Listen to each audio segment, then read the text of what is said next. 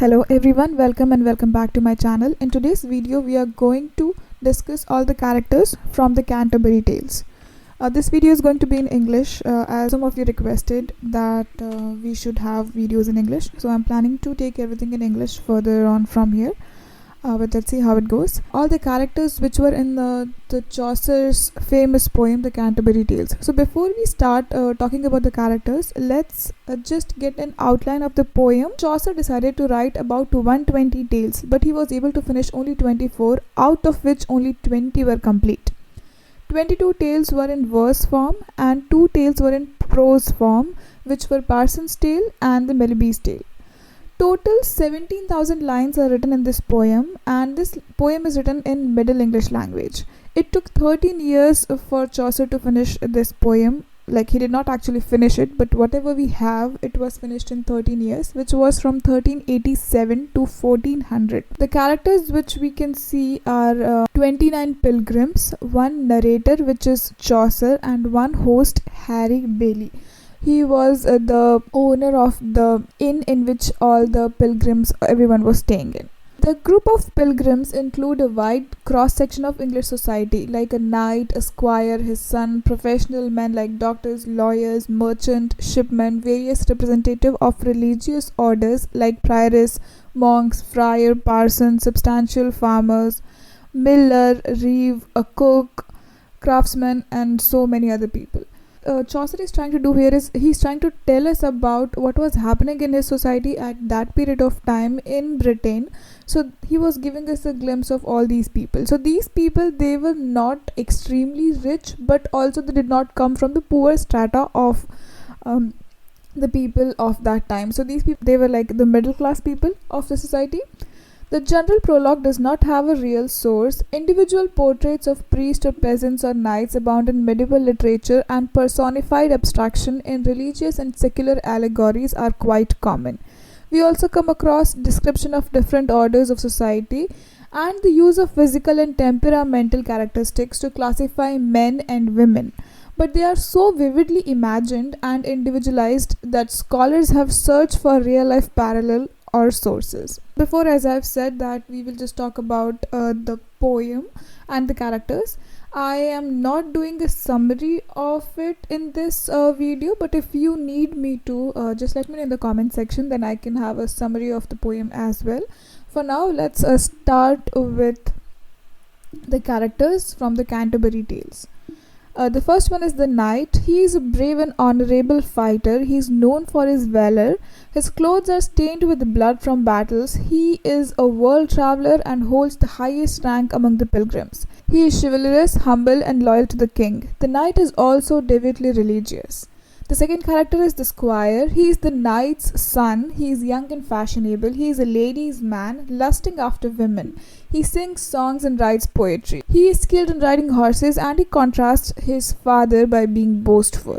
So you can see the difference between the knight and his son. The third character which we have is the yeoman.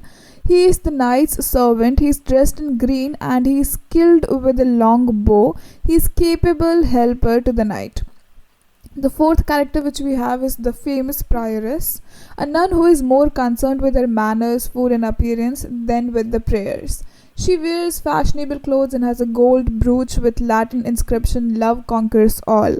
She is delicate, well-bred and mannerly. She is accompanied by another nun and 3 priests. The fifth character which we have is a monk who loves hunting and is not very religious. It's contradictory, right? A monk is not supposed to do these things, but he is doing those things. He owns horses and hunting dogs. He is fat, jolly, bald, and enjoys good food. He is definitely a hypocrite. The sixth character is the friar. He is a beggar and a licensed beggar who takes advantage of people's pity. He has had multiple marriages and he is known for his sexual exploits. He is not religious and uses his position to benefit himself. The merchant is the seventh character. A merchant in debt, shrewd, arrogant and boastful. He is focused on profit and is involved in illegal activities related to foreign exchange. The eighth character is the clerk of Oxenford. He is a book lover who is not interested in worldly affairs at all. He is always eager to learn and teach. The next character, which is the ninth one, is the sergeant at law. He is a respected legal expert who makes decisions for the court. He is well traveled, famous, rich, and skilled in drafting legal documents. 10th character is Franklin. He is a wealthy landowner who is a lover of food, especially wine and meat. He always has a variety of different foods at his table. He has a red face and a jovial nature. Then we have about 5 people. They are from the working class, like the haberdasher, the carpenter, the weaver, the dyer, the tapestry maker. These 5 characters are all rich and they enjoy luxury. So they are all working people, like the carpenter, weaver. They all do things, but they are all rich and they enjoy luxury. So let's just have a quick introduction of all these people. The carpenter is a skilled artisan working with wood, creating sturdy and beautiful structures with precision and expertise.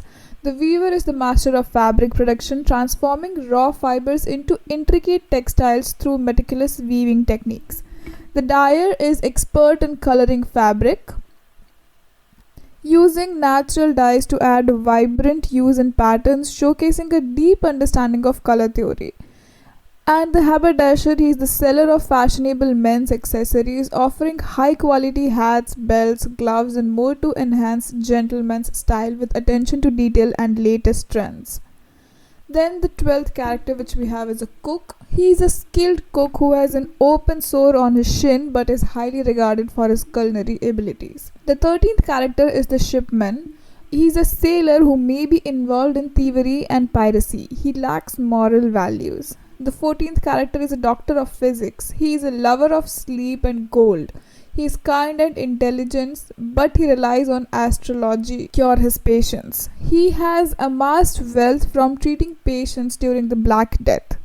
The 15th character is the famous wife of Bath. She is a woman who has been married 5 times and refuses to be dominated by men. She is sexually demanding and dresses ostentatiously. She has a gap between her teeth and is partially deaf. 16th character is the parson. He is a true priest and an ideal holy man who practices what he preaches. The 17th character is a plowman. The parson's brother. He is an honest and holy man. The 18th character is Miller. He is a strong and well-built man who knows how to buy grain at a good price. He is always in profit and he steals from his customers. The 19th character is the Manciple. He is cleverer than the lawyers. He purchases food and supplies on credit. He has had more than 30 employers and he has enough money to live comfortably without working. Sometimes it has also been mentioned that he is actually more rich than these employers. He knows how to keep them happy and he pretends to be lesser rich than them or poorer than them, so that they don't doubt that, oh my god, what is he doing. So he just knows how to keep people happy. The 20th character is the Reeve. He is a lean and choleric man who is feared. Choleric is extremely angry, so he's feared by a lot of people. So he's a choleric man who is feared by those he works for. He is always clean shaven and excels at his job. He knows how to please his lord and has knowledge of woodcraft.